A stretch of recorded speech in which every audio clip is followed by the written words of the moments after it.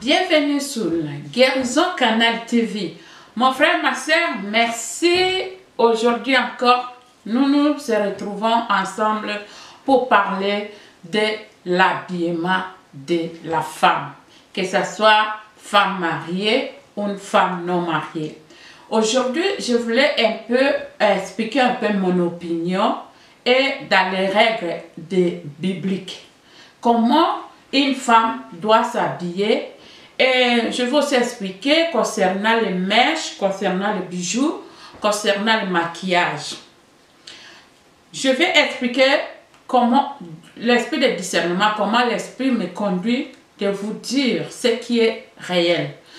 Je ne dis pas que ceux qui ne maquillent pas ne sont pas dans un bon chemin. Je ne dis pas que ceux qui ne mettent pas les mèches dans la tête ne sont pas dans le bon chemin. Je ne dis pas aussi que ceux qui ont les mèches dans la tête ils ne sont pas aussi dans le bon chemin. Mais aujourd'hui, moi, je voulais quand même partager avec vous, parler un peu concernant l'habillement, le maquillage et les cabellos, ce qu'on appelle les tissages. Si on regarde beaucoup plus, c'est pourquoi les gens se basent beaucoup pour critiquer certaines choses. C'est parce que sur 1 Timothée, chapitre 2, verset 9, il y a ce que Paul a expliqué dans le temps là, comment les femmes étaient. Et Paul a expliqué, avant d'abord de prendre le verset et de le mettre vraiment que ça, c'est comme ça. Il faut lire vraiment le verset biblique dès le premier chapitre jusqu'à la fin pour mieux comprendre l'auteur de cette écriture, pourquoi il a voulu dire ça et pourquoi il a dit ça. Moi, je dis, parce qu'il y en a certaines qui m'ont appelé et ils m'ont dit, oh, il y en a de certaines personnes qui ne mettent pas les mèches, et qui ne s'habillent pas, qui mettent les bijoux et que ce n'est pas beaucoup biblique ou quoi que ce soit. Mon frère, ma soeur, la Bible est très claire.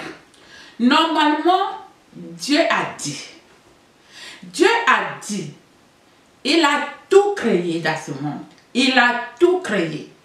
Et il nous a donné. Malgré tout, il nous a donné. Il nous dit que tout n'est pas bon.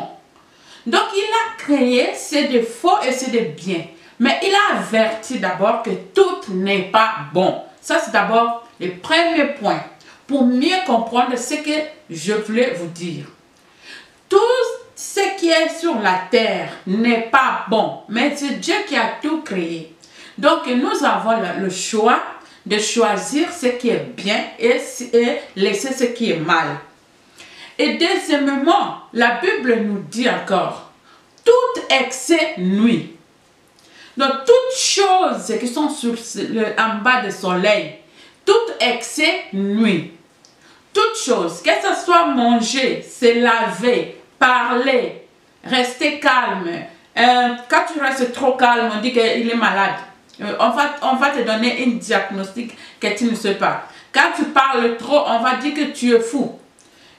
Tu es fou aux albumins. C'est parce que tu parles trop. Mais quand tu fais, tout ce que tu fais, quand tu fais quelque chose avec l'excès, ça devient quelque chose qui n'est pas bon. Et ça devient un péché. Donc ça devient péché, pourquoi? Parce que c'est trop excès. Même manger, on dit dans la Bible, c'est écrit excès de table. Oui, parce que ça aussi, ce n'est pas bon. Mais manger, tout le monde mange. Dieu a donné, sans manger, tu ne peux pas vivre. Mais Dieu a dit que tout excès nuit. Donc l'excès de table aussi, c'est un péché. Mon frère, ma soeur, pourquoi je commence un peu comme ça pour comprendre? Parce que la loi de Dieu, il faut comprendre la source d'abord. Avant de partir sur les théories, il faut comprendre la base. Il faut comprendre pourquoi Dieu nous a dit ça et pourquoi apôtre Paul a parlé dans ce temps-là. Donc, pour vous dire que quand on s'habille, une femme mariée, ou bien un homme marié, une femme mariée, pardon, ce n'est pas les hommes, c'est les femmes. Pardon, je fais une erreur. Une femme mariée doit s'habiller classe. Classe pourquoi? même si une femme qui n'est pas mariée, toute une femme qui se respecte, une femme qui connaît sa valeur, une femme qui sait ce qu'il veut.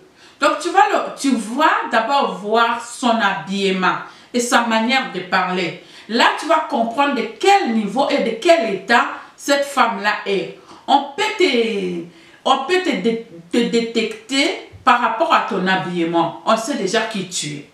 On peut te détecter par rapport à ta parole. On sait déjà qui tu es. On peut te détecter par rapport à tout ce que tu fais. On sait déjà qui tu es.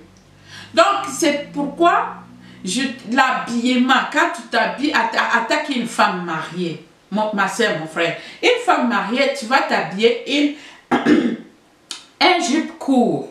Très court, que tu laisses les jambes ouvertes. Pourquoi ce n'est pas bon? Quand la Bible nous dit ceci. Jésus était venu et il a dit, si tu fais l'adultère, tu fais un péché. Si tu voles, tu fais un péché. Si tu tues, tu fais un péché. Tout ce qui n'est pas bon, tu fais un péché.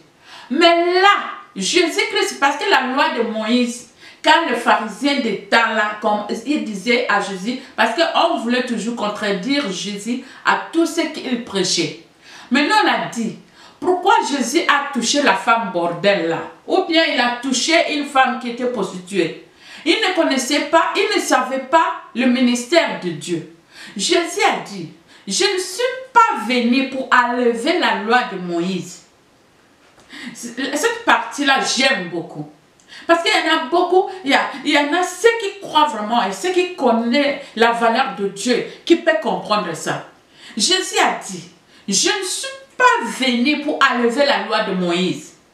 La loi de Moïse, c'était la loi de Dieu tout seul.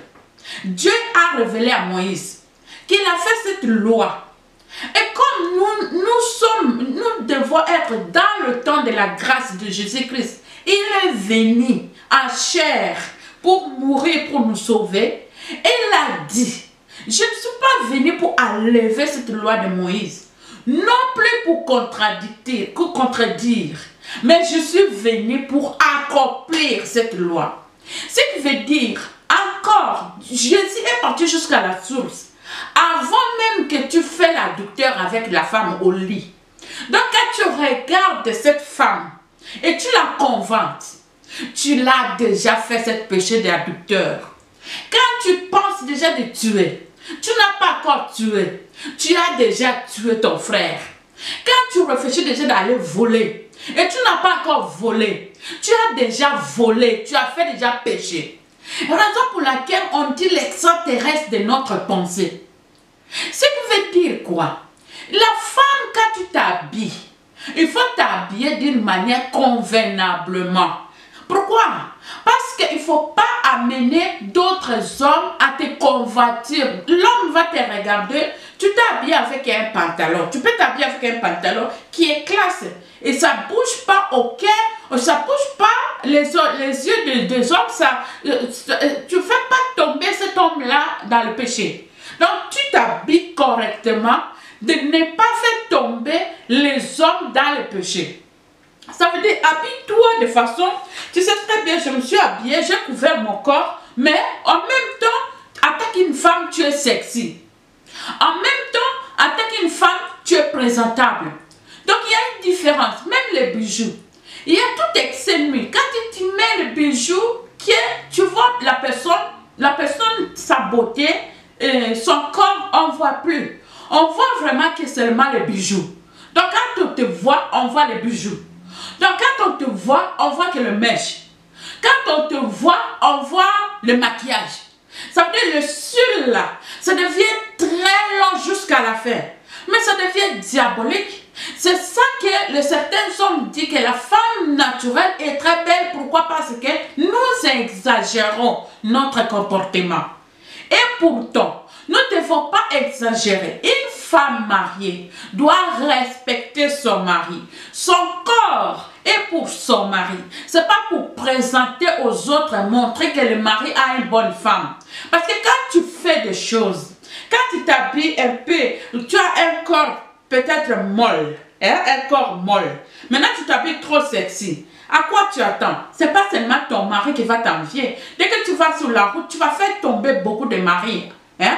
Et après, on dit que le mari là, c'est lui qui m'a dragué. Non, c'est toi qui as provoqué. C'est pourquoi tu vois même le blanche. Il va acheter un pantalon sexy qui montre trop notre corps là très bien.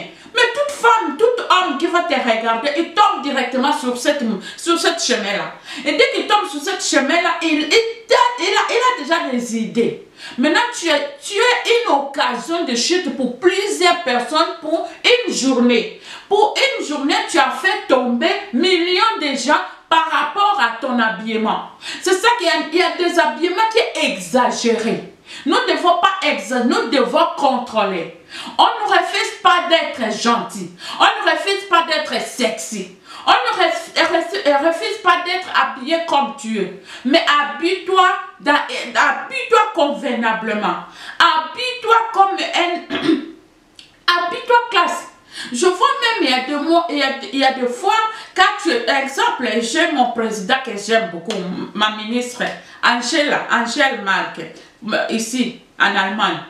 Celle-là, vraiment, elle s'habillait pendant son carrière de ministre ici en Allemagne, jusqu'à la fin, cette femme, même la coiffure, même le bijou, quand tu regardes cette maman, seulement son habillement, sa manière d'être, tu la respectes. Même si la loi peut-être était un peu comme ça, mais quand tu regardes cette maman, tu sens vraiment que c'est la loi de Dieu qui l'a mis dans cette place-là.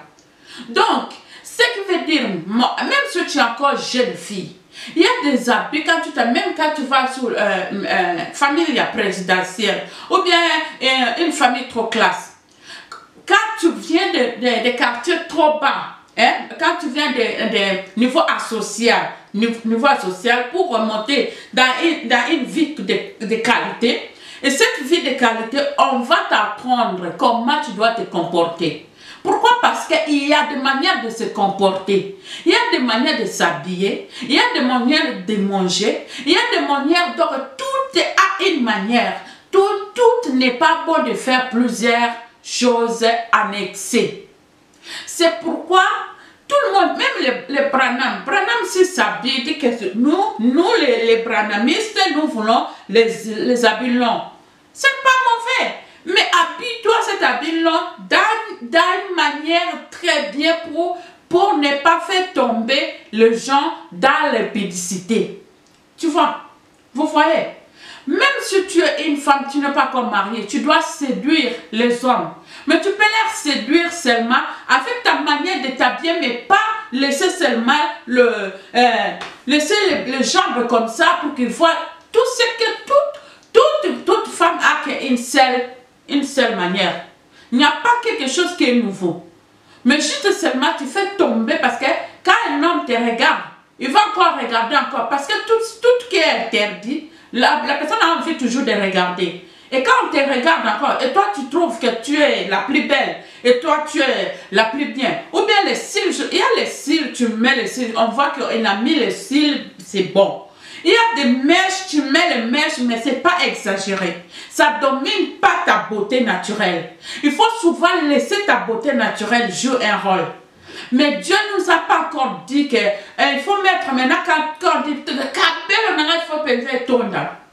Donc, et tondi boé, yo wana osa star. Oui, wana yo. Mais ça, c'est ça. Ce n'est pas l'habillement que Dieu nous demande. Ce n'est pas. Il y a des gens qui disent que même s'il fait les capelles comme ça, même s'il s'habille avec les cours, les jupes courts, non, c'est pas ça que Dieu regarde. Oui, Dieu regarde chaque point de la vie. Dieu nous regarde. Dieu nous regarde chaque point. Qu'est-ce qu'elle nous fait? Nous devons respecter Dieu.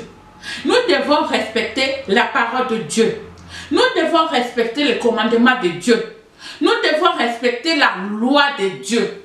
Et dans cette loi, quand tu es dans cette loi, tu ne dois pas quand même dire que je vais laisser les seins ouverts parce que Dieu ne regarde pas l'habillement que j'ai laissé les seins. Dieu regarde mon cœur. Dieu regarde le cœur, c'est vrai. Mais Dieu regarde aussi ton comportement. C'est ça que je voulais partager avec vous aujourd'hui. Comment tu te comportes dans la société? Quel exemple tu donnes aux enfants? Quel exemple tu donnes aux générations prochaines? Est-ce que vraiment, il faut t'habiller seulement avec un habit qui fait montrer tout le corps dedans? Après tu t'habilles et il y a une robe qui est comme une robe qu'on voit tout dedans. Alors tu t'habilles avec ça et tu dis tu es la plus belle. Si Dieu t'a donné un bon corps, c'est bon. Si Dieu t'a donné comme tu es, c'est bon. La taille, c'est bon. Star, c'est bon. Mais amène ça dans la normalité des choses. Amène ça à se faire bien. Sois propre. Quand tu mets un petit rouge à lèvres, tu mets un rouge à lèvres qui est valable. Ce n'est pas interdit. Il faut bien lire 1 Timothée 2,9. Il faut bien le lire. Il faut bien le lire. Pourquoi apôtre Paul a parlé ça? Alors, quand tu fais tout excès de choses qui est mauvais, mais ce n'est pas interdit si une femme se fait belle. Non. Ce n'est pas interdit si une femme porte peut-être des bijoux. Non. Ce n'est pas interdit si tu mets comme nous les Africains, on met un peu de cabello. Ce n'est pas interdit. Parce que quand tu dis que les cabellos ne sont pas bien, donc il ne faut pas faire avec les fils qu'on fait en Afrique là. Les fils là aussi, ce n'est pas pour. Tu n'es pas né avec les filles. Ou bien, il ne faut pas te laver avec savon, parce que les savons, c'est les gens qui ont fait. Mais il ne faut pas aussi t'habiller avec chaussures, parce que les chaussures aussi, ce n'est pas bon. Alors, toutes choses que les humains sont en train de chercher à être bien, c'est bon, mais il faut savoir de quelle manière toi tu l'utilises. De quelle manière est-ce que tu es, même ton enfant, quand tu le mets au monde, que tu l'adores ton enfant plus que Dieu, Dieu est fâché. Pourquoi? Parce que tu es excès. Tu es idole. Donc tout ce qui est idole, tout ce qui t'amène à adorer, à faire le plus, ce n'est pas bon. C'est ça que je voulais partager avec vous aujourd'hui. Merci quand même mes abonnés, merci beaucoup de me suivre à chaque fois que je mets mes vidéos. Même si vous n'êtes pas encore beaucoup, mais l'Esprit de Dieu toujours qui est en moi va vous prouver que ce que je suis venu sur les réseaux sociaux faire, c'est quand même important. Donc, suivez-moi si vous trouvez intéressant. S'il te plaît, s'il vous plaît, partagez et aide-moi aussi à avoir de vie. Partagez ça pour aider les autres. Ce n'est pas moi que tu aides, pardon. Ça, c'est faux. Aide les autres d'écouter cette parole, d'écouter cet conseil. C'est très bien parce que toi, tu as écouté. Il faut aussi aider les autres à écouter. Merci de m'avoir suivi.